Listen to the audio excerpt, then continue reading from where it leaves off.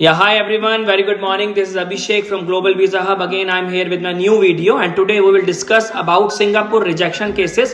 Singapore के rejection जो अभी आ रहे हैं अक्टूबर नवंबर, जो अभी लास्ट 2 मंथ से हम ऑब्जर्व कर रहे हैं, सिंगापुर के रिजेक्शन रेशियो एटलीस्ट 30 to 35% हो चुका है। अगर 10 फाइल्स लग रही हैं तो 3 से 4 रिजेक्शन है और 6 अप्रूवल्स हैं। तो आज हम उसी से रिलेटेड बात करेंगे और ये भी डिस्कस करेंगे कि सिंगापुर रिजेक्शन का रीजन नहीं देता, सिर्फ आपके पास एक आईसीएसए लेटर आता है जिसमें मेंशन होता है कि अभी आप सिंगापुर में स्टडी करने के लिए एलिजिबल नहीं। मेंशन कर दूंगा, डिस्क्रिप्शन में भी डाल दूंगा। रिजेक्शन के बाद क्या किया जाए, क्या चांसेस हैं सिंगापुर दोबारा अप्रूव हो सकता है या किस तरह से हम दोबारा सिंगापुर में अप्लाई कर सकते हैं। क्या हम रिजेक्शन के बाद जब अप्लाई करते हैं, चाहे हम 90 डेज वेट करें या हम 6 मंथ वेट करें या हम 1 साल इंतजार करके दोबारा अपना सिंगापुर का वीज़ा अप्लाई करें, अगर करें तो क्या क्या डॉक्यूमेंट लगाएं, क्या जस्टिफिकेशन दें जो हमने लास्ट टाइम नहीं दी थी जब हमारा रिजेक्ट हुआ था, और कौन कौन से डॉक्यूमेंट्स चाहिए होते हैं अगर हम दोबारा अप्लाई करना चाहते हैं, ताकि हम पुरानी हिस्ट्री चेक कर सकें, पुराना देख सके कि आपने क्या क्या लगाया था। जिस भी क्लाइंट के मेरे पास मैसेज आते हैं, मेरे पास मैसेज और कॉल्स काफ़ी आते हैं इंस्टाग्राम पे भी, यूट्यूब पे भी, मेरे व्हाट्सएप पे भी, कि हमारा सिंगापुर का रिजेक्शन है तो अब हम क्या अप्लाई कर सकते हैं। सबसे पहले मैं 5 आपको पॉइंट्स में समझाना चाहूँगा कि कैसे हम सिंगापुर का रिजेक्शन के बाद अप्लाई कर सकते हैं और कब कर सकते हैं। अगर हमारे पास ये डॉक्यूमेंट्स हैं तभी हम अपनी फाइल दोबारा री अप्लाई या री अपील में लगाएं, otherwise there is no use to apply your Singapore visa again after getting one reject. कोई भी स्टूडेंट जिसका सिंगापुर से रिजेक्ट हो चुका है उससे हमें क्या क्या डॉक्यूमेंट चाहिए जिसके बिहाफ को हम चेक कर सकते हैं कि री अप्लाई या री अपील हो सकता है या नहीं। सबसे पहला डॉक्यूमेंट है आपका रिजेक्शन लेटर, जो आपको कॉलेज से या आपके कंसल्टेंट से मिला होगा। सेकेंड मेजर डॉक्यूमेंट है आपका सोलर आईडी। सोलर आईडी एक ट्रैकिंग नंबर होता है जिसमें हम आपका ई फॉर्म डाउनलोड कर सकते हैं और चेक कर सकते हैं कि लास्ट टाइम आपने कौन कौन से डॉक्यूमेंट्स लगाए थे, क्या मिसिंग था, क्या एक्स्ट्रा था, या कौन सी ऐसी जस्टिफिकेशन थी जो लास्ट टाइम आप नहीं दे पाए थे। थर्ड, ई फॉर्म। अगर आपके पास सोलर आईडी है तो ई फॉर्म हम अपने आप ही जनरेट कर लेंगे। अगर सोलर आईडी नहीं है तो ई फॉर्म आपने सिग्नेचर जरूर किया होगा अपने ई फॉर्म पे। जब भी आपने वीजा अप्लाई किया होगा तो आपके कंसल्टेंट ने आपको ई फॉर्म भेजा होगा सिग्नेचर करने के लिए कि आप इसको रीड करके सिग्नेचर करके हमें वापस कर दो, तो वो ई फॉर्म चाहिए। आपका रिजेक्शन लेटर, सोलर आईडी, ई फॉर्म और पुराने डॉक्यूमेंट जो आपने 5 से 6 डॉक्यूमेंट दिए थे, आपका 10th, आपका 12th, आपका पासपोर्ट, आपकी फोटोग्राफ, आपका बर्थ सर्टिफिकेट और आपकी बैंकिंग। ये 6 डॉक्यूमेंट जो हैं आपके लगते हैं सिंगापुर में, और यही आपने आगे अपने कंसल्टेंट को या एजेंट को दिए होंगे या कॉलेज को दिए होंगे, या वर्क एक्सपीरियंस जरूर दिया होगा कि आपने कहाँ पे जॉब करी है। अगर जॉब करी है तो वहां पे कितने टाइम जॉब करी है, किस प्रोफाइल में करी है। एक और चीज मैं आप लोगों के साथ क्लियर करना चाहूंगा, अगर आपके पास अपनी सोलर आईडी नहीं है, आपके पास अपना ई फॉर्म नहीं है, सिर्फ आपके पास ऑफर लेटर है कॉलेज का और रिजेक्शन लेटर है आईसीए का, तो कोई भी कंसल्टेंट या कोई भी एजेंट या कोई भी कॉलेज दोबारा अगर री अप्लाई करेगा आपका केस तो 100 में से 90% रिजेक्शन दोबारा आएगा। चाहे आप 2 बारी कर लो, 4 बारी कर लो, 6 बारी कर लो, 10 बारी कर लो। सिंगापुर एक बारी रिजेक्शन अगर दे देता है, उसके बाद आप 3 महीने बाद, 90 डेज के बाद अप्लाई करो, 180 डेज के बाद करो या 1 ईयर के बाद करो, आपकी सारी हिस्ट्री उनके डेटा में होती है, वो दोबारा आपकी फाइल को रिजेक्ट ही करते हैं।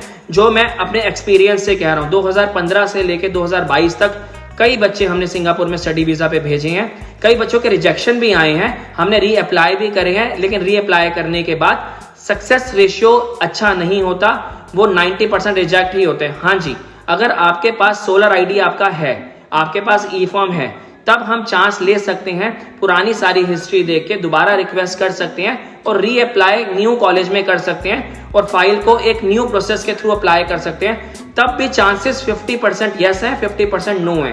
100 के प्रोसेस की बात करें कि 5 डॉक्यूमेंट्स आपके 5 से 7 डॉक्यूमेंट्स लगते हैं, 10th, 12th, passport, photograph, birth certificate, plus आपके एक्सपीरियंस अगर आपके पास है और बैंकिंग। अगर ये आपके पास डॉक्यूमेंट्स हैं जो आपने पिछली बारी दिए थे और आपके पास सोलर आईडी और ई फॉर्म है, तो आप हमारी टीम के साथ शेयर कर सकते हो। हम हिस्ट्री चेक कर सकते हैं, देख सकते हैं कितने टाइम पहले आपने अप्लाई किया था और उसके बाद एक न्यू कॉलेज में न्यू कोर्स के साथ अप्लाई कर सकते हैं। 50% चांस है कि दोबारा अप्रूवल हो जाएगा। इसमें भी आपका रिस्क नहीं है, आपको वीजा से पहले अमाउंट ग्लोबल वीजा हब को अप्लाई करने का कोई सर्विस फीस नहीं देना। जो भी आपका $100 आपका ऑफर एक्सेप्टेंस चार्जेस और $90 जो भी आपकी आईसीएस सबमिशन फीस $30 जाएगी, वो आपने पे करनी है। रेस्ट आपने जो कॉलेज के फीस है, चाहे वो $3500 हो, चाहे वो $4000 हो, चाहे वो $4500 हो, वो आपने वीजा आने के बाद कॉलेज के अकाउंट में डायरेक्ट कॉलेज को पे करनी है। इस प्रोसेस के थ्रू अगर आप अपने रिजेक्शन के बाद अप्लाई करना चाहते हैं तो ग्लोबल वीजा हब से कांटेक्ट कर सकते हैं। लेकिन अगर किसी बच्चे के पास अपना सोलर आईडी या ई फॉर्म नहीं है तो प्लीज आप अपना टाइम वेस्ट मत कीजिए। 3 पॉइंट्स में और आपके साथ डिस्कस करूंगा सिंगापुर स्टडी वीजा के, क्योंकि जो सबसे ज्यादा मेरे पास क्वेश्चन आती हैं कि वहां पे फीस स्ट्रक्चर कितना रहता है, बच्चा कमाता कितना है, अर्निंग कितनी होती है, प्लस आपका वहां पे रहने का खर्चा कितना होता है, अकोमोडेशन का, खाने पीने का खर्चा कितना होता है। अगर मैं बात करूं टोटल फीस की, जो हॉस्पिटैलिटी कोर्स है, बिजनेस मैनेजमेंट है, सप्लाई चेन है, आईटी है, फीस स्ट्रक्चर जो रहता है सिंगापुर का वो 2.5 लाख से 3.5 लाख के आसपास के ट्यूशन फीस रहती है। 1 साल की, 6 महीने की स्टडी, 6 महीने का ओजीटी, या 9 मंथ की स्टडी, 6 महीने का ओजीटी ऑन जॉब ट्रेनिंग। अगर मैं बात करूं अकोमोडेशन की, अकोमोडेशन सिंगापुर में महंगा है और कम से कम 4 या 5 बच्चों में आपको शेयरिंग करके रहना होता है। अकोमोडेशन $300 से $350 आता है। 20,000 मान के चलो 1 महीने का रहने का खर्चा आएगा। पार्ट टाइम सिंगापुर में लीगल नहीं है, बच्चे खर्चा निकालने के लिए करते हैं, लेकिन we never suggest anyone to do part time in Singapore because this is not legal. अगर मैं बात करूं ट्रांसपोर्ट की तो 3 से 5,000 ट्रांसपोर्ट का खर्चा आता है 1 महीने का। खाने की बात करूं तो अप्रोक्स खर्चा आता है आपके खाने का 4 से 6,000 शेयरिंग बेसिस में इंडियन रुपीस। टोटल खर्चे की बात करूं तो 30,000 के आसपास आपका पर मंथ का खर्चा है खाने का, रहने का और ट्रांसपोर्ट का।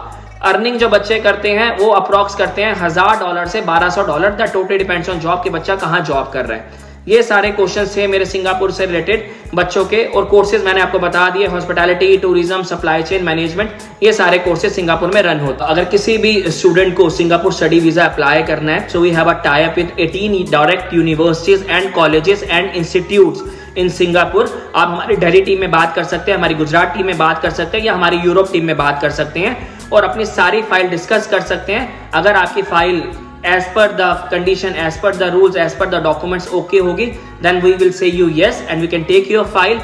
वीजा की अमाउंट आपने तब देनी है, सर्विस फीस आपने तब देनी है, कॉलेज की फीस आपने तब देनी है जब आपका वीजा अप्रूव्ड होके आ जाएगा। उसके बाद आपने कॉलेज के अकाउंट में डायरेक्ट अपनी फीस भरनी है। ये सारा सिंगापुर का प्रोसेस था। स्टिल अगर आपको लगता है कि कोई डाउट, कोई इशू या कुछ ऐसा प्रॉब्लम जो आप मुझसे शेयर करना चाहते हैं या कुछ ऐसा है जो आप डिस्कस करना चाहते हैं तो नीचे दिए नंबर पे हमसे बात कर सकते हैं। वो our team are ready to help you. Thank you very much. This is Abhishek from Global Visa Hub. Thank you.